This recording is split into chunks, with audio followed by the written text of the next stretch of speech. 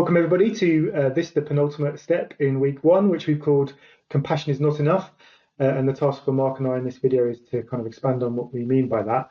And the easiest place to start is, I suppose, the recognition that people's needs, so the needs of you, of staff, your colleagues, the organisation itself, sometimes the system, and also that of patients, carers, service users, they're not always in alignment. And because they're not always in alignment, that means priorities need to be set and decisions and judgment needs to be made about what needs to be done and get done. And that raises the potential for conflict and for people to feel unhappy and dissatisfied with outcomes. Therefore, compassion isn't enough.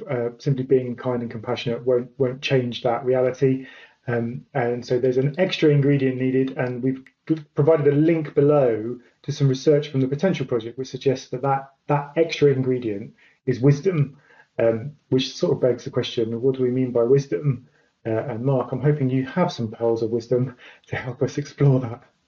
I don't know about pearls of wisdom, Simon, but I know where wisdom plays a role in helping me to make those choices and decisions, whilst maintaining that lens of kindness and compassion. And I think for me, wisdom is a combination of a number of things. It's a combination of previous experiences when faced by similar situations, the choices I've made, what's worked, what hasn't worked. Therefore, there's knowledge that comes to bear with that experience. And again, there's that sort of underlying filter of values and principles that are important to me and that guide the decisions and choices I make, because they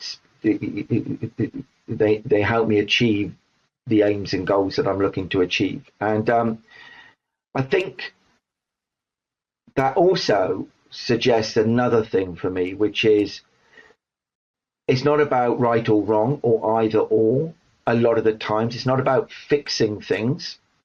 It's about maintaining that lens of kindness and compassion and realizing that as a leader, there are dilemmas that need to be managed. There are people, as you rightly said, Simon, at the beginning, conflicting demands being placed on us, and it's about managing those demands. And wisdom, with a focus of kindness and compassion, has really helped me. So for you, Mark, wisdom is a kind of combination of past experience, knowledge, strong values, and I guess some emotional maturity as well, to kind of hold competing demands in a way that doesn't, I suppose, overwhelm you and make it incredibly difficult to reach any kind of judgment. I think that's a really important one, Simon, actually, emotional maturity. That comes through that experience of previous decisions and knowing what works and what doesn't work, and therefore bringing to bear my understanding, and particularly the relational aspects where the emotional maturity comes to the fore. So that's what we think we mean by wisdom. You may have your own view and ideas about some of the ingredients that go to make it up. But it's however you want to define it and whatever ingredients go into it. It's that wisdom that enables you to get difficult things done, have difficult conversations in a kind of human and humane way. And it's that which it makes the difference in leading with kindness and compassion effectively. And it's that which is the sort of substance of this step.